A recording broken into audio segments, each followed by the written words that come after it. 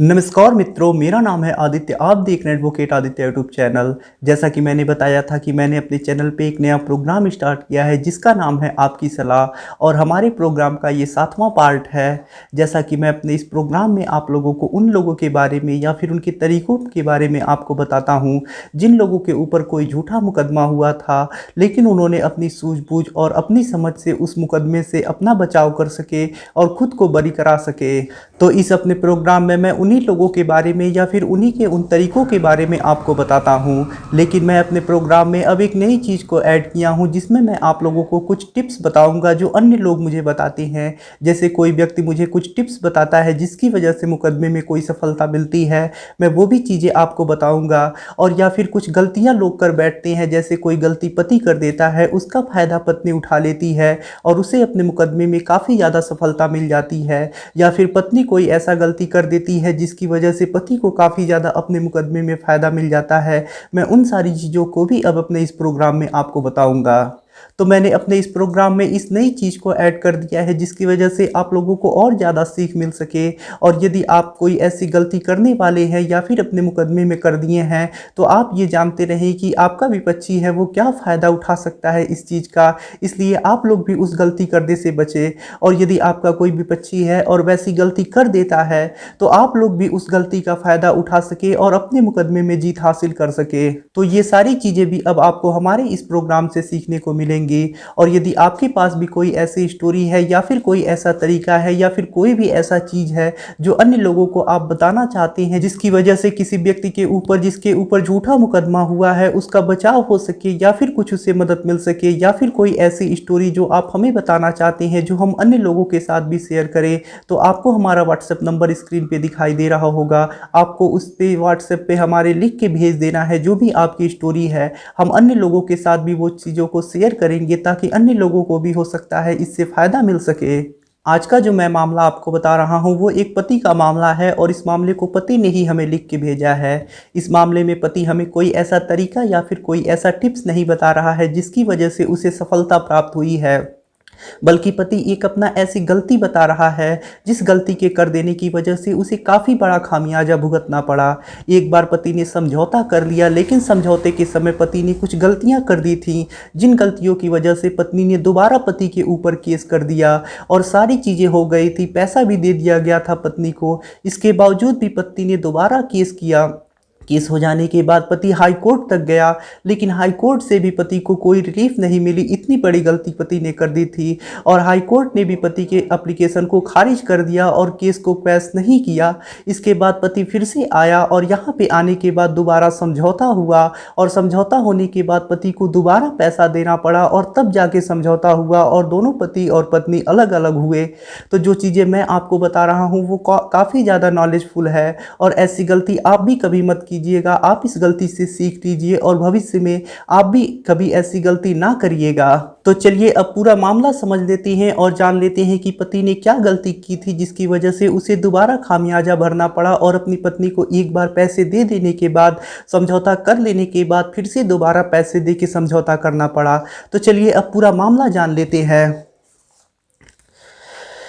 मेरा नाम सूर्य प्रकाश है और मैं राजस्थान का रहने वाला हूँ। मैं एक व्यवसायी हूँ। मैं कोई अपनी ऐसी स्टोरी या फिर कोई ऐसी अपनी तरीका नहीं बता रहा हूँ जिसकी वजह से मुझे सफलता मिली है। मैं कोई अपना सक्सेसफुल स्टोरी नहीं बता रहा हूँ, बल्कि अपनी एक बहुत बड़ी गलती के बारे में बता रहा हूँ जिसकी वजह से मैं दोबारा परेशान हुआ और मेरी चालबाज पत्नी को मुझे दोबारा पैसा देना पड़ा और फिर समझौता हुआ।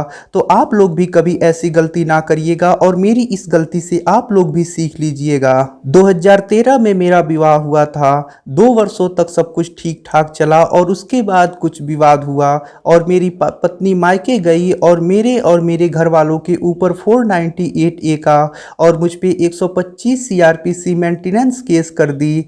1 साल केस लड़ने के बाद कोर्ट ने 2500 रुपये प्रति माह भरण पोषण का आदेश कर दिया, और 2 वर्षों तक मैंने ये भरण पोषण दिया, यानी कुल 3 वर्षों तक मैं ये जो मेरी पत्नी ने केस किया था उसे मैं लड़ा। कुछ लोगों ने बहुत समझाया बुझाया और हमारा समझौता हो गया। समझौता का शर्त यह रखा गया कि मैं अपनी पत्नी को 4 लाख रुपए दे दूंगा और वह केस वापस ले लेगी और मुझे डाइवोर्स दे देगी। ऐसा ही हुआ। मैंने 125 सीआरपीसी मेंटेनेंस केस में 4 लाख रुपए जमा किया और पत्नी ने लिखकर उस केस में दिया कि उसे अपना जीवन यापन के लिए भरण पोषण मिल गया है। अब वह कभी भविष्य में मुझसे भरण पोषण की मांग नहीं करेगी, वह मुझसे अलग रहेगी और मेरा और उसका अब कोई संबंध नहीं रहेगा। मैं अपनी स्वेच्छा से विवाह कर सकता हूँ और इसे इस बात से कोई ऐतराज़ नहीं होगा। यह सारी बातें उसने मेंटेनेंस केस में लिखवाया और 498 एक केस में हाई कोर्ट से आदेश लाने के बाद हमारा समझौता हुआ और वकील साहब ने मुझे बताया कि अगर मैं म्यूचुअल कंसेंट डाइवोर्स के लिए एप्लीकेशन लगाता हूं तो लगभग इसमें 8 माह का समय लग जाएगा और उससे अच्छा है कि मैं स्टम्प पेपर पे समझौता कर लूं और पूरी बातें लिख के डाइवोर्स स्टम्प पेपर पे ले लूं और उसे नोटरी करा लूं। आखिर यह भी तो कोर्ट का ही पेपर होगा और वैसे भी तुम्हारी पत्नी ने मेंटेनेंस केस में सारी चीज़ें लिखवा चुकी है और अब कोई मतलब नहीं रह गया है। उसने सारी बातें लिख के दे दी है। मैं भी ये सब बातें ज़्यादा नहीं जानता था और मान गया। स्टम्प पेपर पे हमारा डाइवोर्स हो गया और हम दोनों अलग अलग हो गए। फिर 3 माह के बाद मुझे कोर्ट से नोटिस आया। मैं कोर्ट में जाके पता किया तो मुझे पता चला कि मेरी पत्नी ने मेरे ऊपर घरेलू हिंसा से महिलाओं का संरक्षण अधिनियम के तहत केस कर दिया है। और जब मैंने कोर्ट से एप्लीकेशन निकलवाया तो उसमें मेरी पत्नी ने खुद लिखा था कि उसे जीवन यापन के लिए अपने पति से खर्चा मिल गया है और उसे ना तो किसी प्रकार का कोई खर्च चाहिए, ना ही उसे अपने पति से किसी प्रकार की कोई दिक्कत है। मैंने अपने पति से स्टम्प पेपर पे समझौता भी कर लिया है, लेकिन कानून की नज़रों में अभी हमारा डाइवोर्स नहीं हुआ है और अब भी हम पति पत्नी हैं। इस कारण से मैं दूसरा भी विवाह नहीं कर सकती हूँ और अगर मैं ऐसा दूसरे विवाह कर लेती हूँ और मेरे पति को ये बात पता चल जाती है तो वो मुझ पे आईपीसी सेक्शन 494 का केस लगा देंगे। तो भले से ही हम लोग अलग अलग रह चुके हैं और मुझे खर्चा मिल चुका है, इसके बावजूद भी कानून की दृष्टि में हम पति पत्नी हैं और लीगली हमारा रिश्ता अभी भी वैलिड है। इस कारण से मैं दूसरा विवाह भी नहीं कर सकती हूँ और अपने मायके में भी नहीं रह सकती हूँ, क्योंकि मम्मी पापा ने मुझे घर से निकाल दिया है और अभी मैं अपने एक रिश्तेदार के घर रुकी हूँ। मेरे पास रहने के लिए कोई मकान नहीं है, तो मुझे मेरे पति से सिर्फ एक कमरा दिलवा दिया जाए। मुझे किसी प्रकार का कोई अपने पति से खर्च नहीं चाहिए, ना ही किसी प्रकार की उनसे कोई दिक्कत है। एक कमरा मुझे सिर्फ चाहिए अपने रहने के लिए और वो कमरा मेरी मृत्यु हो जाने के बाद फिर मेरे पति का हो जाएगा, लेकिन जब तक मैं जीवित हूँ तब तक मुझे सिर्फ एक कमरा दिलवा दिया जाए अपने पति के घर में, क्योंकि लॉ के हिसाब से आज भी वो मेरे पति हैं और मैं उनकी पत्नी हूँ।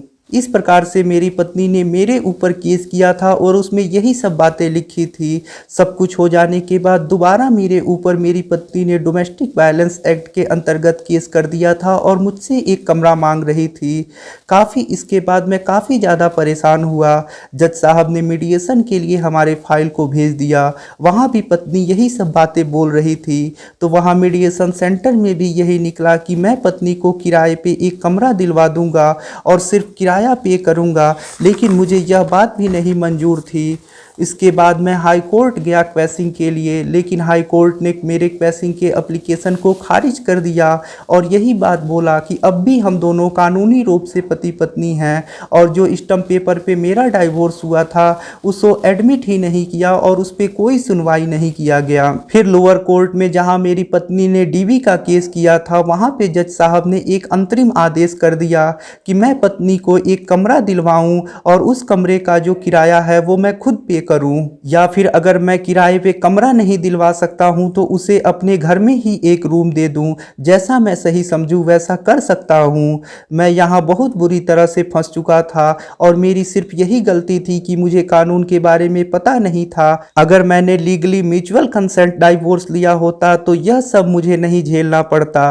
कानून की जानकारी के अभाव में और समय बचाने के लिए मैंने स्टम्प पेपर पे डाइवोर्स तो ले लिया, लेकिन वो इनलीगल होने की वजह से कोर्ट में उसे कहीं एडमिट नहीं किया गया, ना ही उस पर कोई सुनवाई हुई और मेरी चालबाज जो पत्नी थी वो इसका काफ़ी ज़्यादा फ़ायदा उठा ली। फिर मेरे कुछ रिश्तेदारों ने समझौता कराया और पत्नी को मुझे दोबारा 1.5 लाख रुपए देना पड़ा और तब उसने अपना केस वापस लिया और कोर्ट में हमारा म्यूचुअल कंसेंट डाइवोर्स हुआ।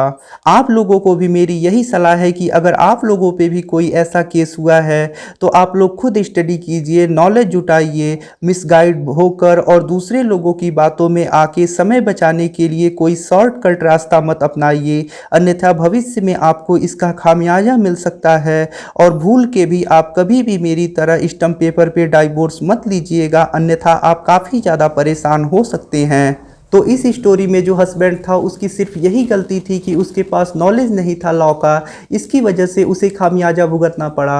अगर उसने स्टंप पेपर पे डाइवोर्स न लेके समय बचाने के लिए ये सब तरीका ना अपना के म्यूचुअल कंसेंट डाइवोर्स कोर्ट में डाला होता और उसके बाद डाइवोर्स लिया होता तो उसे ये सब खामियाजा नहीं भुगतना पड़ा। उसे पहले एक बार अपनी पत्नी को पैसा देना पड़ा, समझौता हुआ, उसके रुपए खर्च हुए, उसके बाद फिर भी दोबारा पत्नी ने केस कर दिया, हाई कोर्ट भी गया, लेकिन हाई कोर्ट से भी कोई रिलीफ नहीं मिला। क्योंकि आपको मैं यहाँ पे एक और चीज़ बता देना चाहता हूँ कि जो आप स्टंप पेपर पे अगर डाइवोर्स लेते हैं तो उसका किसी प्रकार का कोई वैलिडेशन नहीं होता है, कोर्ट उस पर किसी प्रकार की कोई सुनवाई नहीं करती है और कोर्ट की नज़रों में अभी भी आप लोग पति पत्नी होते हैं और आप लोगों का एक दूसरे के प्रति अधिकार होता है। सिर्फ आप अगर मेंटेनेंस दे देते हैं, मान लीजिए 125 सीआरपीसी के केस में आप मेंटेनेंस दे रहे हैं तो सिर्फ आप मेंटेनेंस देने से बच सकती हैं और भविष्य में पत्नी दोबारा मेंटेनेंस नहीं मांग सकती है। लेकिन डीवी का केस करके वो आपसे रहने के लिए रूम भी मांग सकती है और यदि आप मान लीजिए दूसरा विवाह कर लेते हैं तो ऐसे में वो आपके ऊपर भारतीय दंड संहिता की धारा 494 तक का केस भी कर सकती है। तो आपको कभी भी स्टंप पेपर पे डाइवोर्स नहीं लेना है बल्कि कोर्ट में म्यूचुअल कंसेंट डाइवोर्स लेना है अगर आपका समझौता हो रहा है तो। और आपको जो भी लीगल तरीका है, जो भी वैलिड तरीका है उसे ही अपनाना है।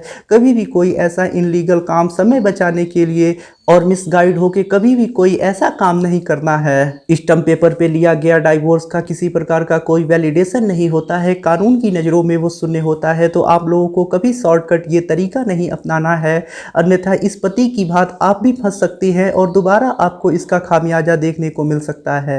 यदि आपको ये स्टोरी पसंद आई हो और आपको इससे कुछ सीख मिला हो तो आप लोग इस वीडियो को लाइक कर दें, अपने दोस्तों के साथ शेयर कर दें और यदि आप चैनल पर नए हैं तो चैनल को भी सब्सक्राइब कर दें। यदि आप मुझसे फ़ोन पे बात करके कोई कानूनी सलाह लेना चाहते हैं तो इसके लिए आप डिस्क्रिप्शन चेक करें, वहाँ पे बताया गया है कि आप किस प्रकार से मुझसे फ़ोन पे बात कर सकते हैं। मिलते हैं नई वीडियो के साथ अगले दिन, तब तक के लिए जय हिंद, जय भारत।